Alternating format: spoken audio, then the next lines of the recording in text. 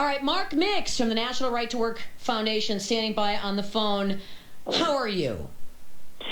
I'm fine, Vicki. These are interesting times. I'm using my finger quotes. Okay. Interesting. That used to be the word I used to use to describe things I did not want to use. Pejoratives to describe. So I would say it was interesting. I would say it's full on. It's full on Soviet. We are in Orwell territory. Is where we are. But let's talk. Let's get to a couple of things on the program, if you don't mind. First, let's talk about why kids aren't back in school all across the United States. Why you still have virtual learning going on. Why you still have the separation of children from their education. And it's two words, right, Mark? It's teachers' unions.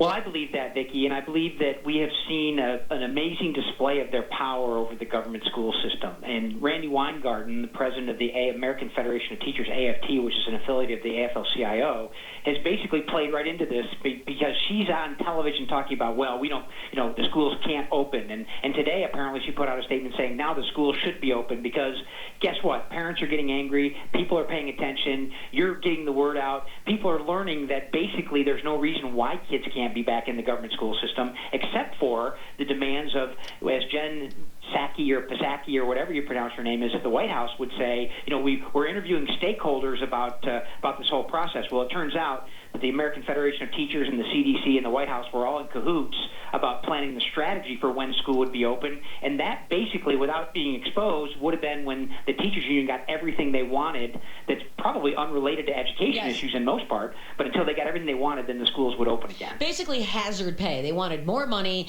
claiming that it was so dangerous to be around kids who don't get COVID or spread COVID, but it was really, really dangerous. And a whole bunch of teachers also don't want to be back in school because, let's face it, it's way easier just to log in from your desk and not have to, drive in and not have to incur any kind of time, extra time.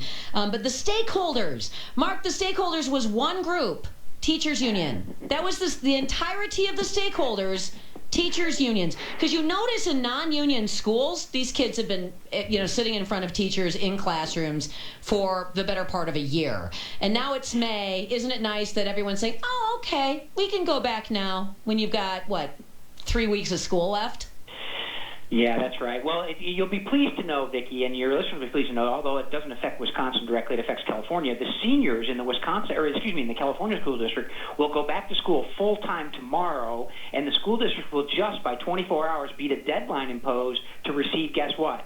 Government money to go back to work, to open up the schools again. So the seniors will get one day. They'll be going back full-time in California tomorrow because they were at stake at losing, the schools were at stake at losing some, I think it was like $12 million in aid, so they had to open back up. But it's about the money. And obviously out in Los Angeles, we remember when they were talking about why the schools shouldn't reopen, they said, well, until police get defunded, until everyone gets insurance, government insurance, until everyone, not just teachers, but everyone get government insurance, we're not going to go back to the classroom. I mean, they made their demands out there when they thought they had more power, but now parents all over the country are getting exercised about this, and you're right, it's a little bit late now, but hopefully as we move forward, people will have exposed or seen the exercise of this union monopoly power that's been granted to the teachers unions in many states across the country. Yeah, well, and even here in Wisconsin, when we have undone that with Act 10, the teachers union holds an enormous amount of power, still in Kenosha, in Milwaukee, in Madison. It's as if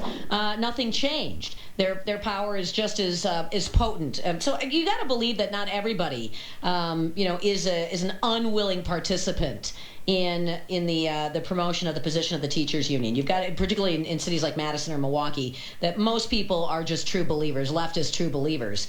And again, what the teachers union showed you and continues to show you is that it's not about kids. It's about the union, right? It's about the money. It's about the contributions. It's about the political messaging. It's about the power. Because if it were about the kids would have been back in school probably around late April of last year. Yeah, that's right, and it is exercising power. But, Vicki, Wisconsin is the case study for this. While the union power is still strong, the taxpayers and the citizens of Wisconsin have benefited dramatically by trying and attempting and successfully under Act 10, 10 years ago, 11 years ago now, I guess, or 10 years ago, in actually helping to reduce the cost of government. And that's something that's very interesting. I mean, when you overlay the highest density union states as it relates to government employment, and then you overlay that on tax collections, You wouldn't be surprised, Vicki, to find out that the 17th most union-dense government employee states in the country have a tax burden about 33% higher than those that are in the 17 states with the lowest union density for government employees. Ours was, I think the aggregate savings in the 10 years of Act 10 is somewhere around $10 billion. $10 billion. Come on, that's chump change, Vicki. We're talking trillions these days. It's walking around money. I mean, who doesn't have $10 billion laying around? I know. I mean, people have a paltry $10 million. For heaven's sakes, we got nothing but dough here. So, yeah, $10 billion in savings. And it would be all undone, by the way. Tony Evers and the Democrats want to undo it. It was in Tony Evers' budget, a repeal of Act 10. So that is an overnight increase in the cost of government, which is always grown, by the way. We didn't actually shrink the size of government. We were able to shrink its accelerated increase. But he'd undo it if he could. He can't because we have Republicans in control of the legislature. But if he can do it in an executive capacity, he will. Which brings me, Mark, to the PRO Act. I want to talk about the PRO Act because so far we think Kristen Sinema, Joe Manchin are going to hold tight and not allow the obliteration of the filibuster. What can Biden do? I'm sorry. What can Susan Rice do as president of the United States in an executive capacity to get elements of the PRO Act, which would do everything from obliterate right to work protections, upend any kind of rights that workers would have, eliminate the secret ballot in union elections, et cetera, et cetera. What can he do in his executive capacity? Well, the first thing he can do is he can provide instructions to Congress when they when they actually write the so-called infrastructure bill. This $2.3 trillion expenditure for everything but roads, bridges, and highways, and the things that now he admits he's going to negotiate with Republicans over those things, and everything else is extraneous to infrastructure. But he can put instructions in that legislation that says, one of the things we have to do is we have to implement the conditions of the PRO Act. And so when you start unpacking the PRO Act and you look at it from a context of how executive action might be used, you think about the gig employees and the freelancers and the Lyft drivers and the Uber drivers, because that becomes a tax question. Are they independent contractors? Are they employees? So the IRS may be able to step in and say, oh yeah, well we need to see your, we'll make the judgment of whether or not you're an independent contractor. So that's one of the elements of the PRO Act, is taking away the ability for people to work independently and making them employees for, guess what, Vicki, for the purposes of unionization, because you can't unionize independent employees, but you sure can unionize employees, and so that's what the part of that. So he can do a little bit of that. The idea of the construction, they can get into the marketplace and they can say, well, if you're going to be involved and take money to build any of this infrastructure, you have to have a union contract. We're going to cite a project labor agreement which says that non-union contractors can't bid on jobs, and they have to have a union signatory contract or act to compete at a union pay scale. And so we're taking about 84% of the construction force in this country and saying you're not eligible to work on an infrastructure bill. So there's things they can do, but we just got to hold it together. And the one thing we have to do is expose it. That's what we have to do. Right. So you're saying, and I want to be clear here,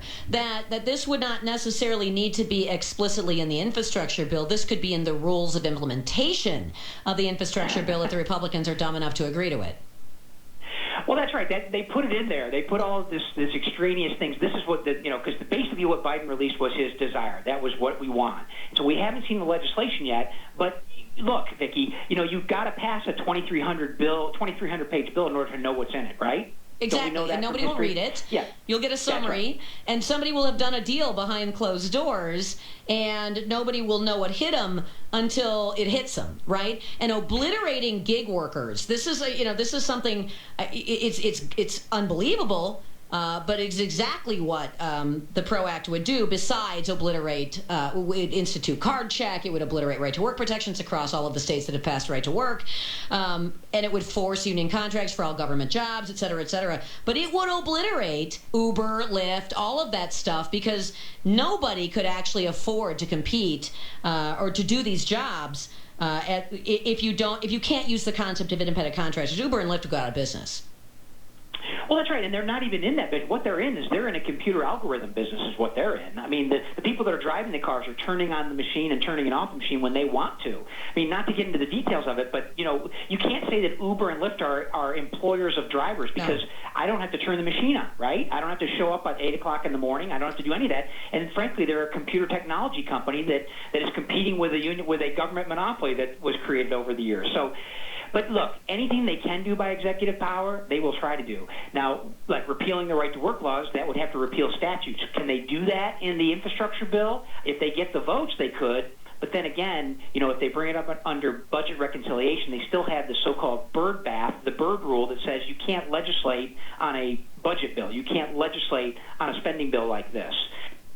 But you can write rules. And so there's blockages. Yeah, this is not going to be done at reconciliation. This one, I don't think it's going to be reconciliation. I don't think they would do that because they need Republican buy-in. This would be, look, the last gigantic budget that was out the door, the last budget of the Trump administration that was out the door has a heap of awful stuff that was poured into it in the form of policy, and it got 60 votes. This is what they'll do because Republicans will be accused of wanting bridges to collapse while little ladies with their children are driving in their minivans across them.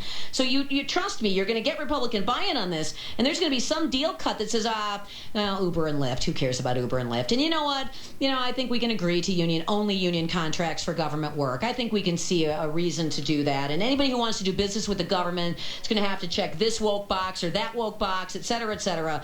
You're going to see some bad stuff if the Republicans agree to advance that piece of legislation, and it could be some of the elements that we've been talking about, Mark. Interesting times, Vicki. No, it's not interesting, Mark. This sucks. I'm going to throw it out there. Just throw it out there. It's almost happy hour. We can forget about it for a few hours It's 3:50. It's an hour and 10 minutes before we can spend 2 hours forgetting about it. Thank you for coming on my program today.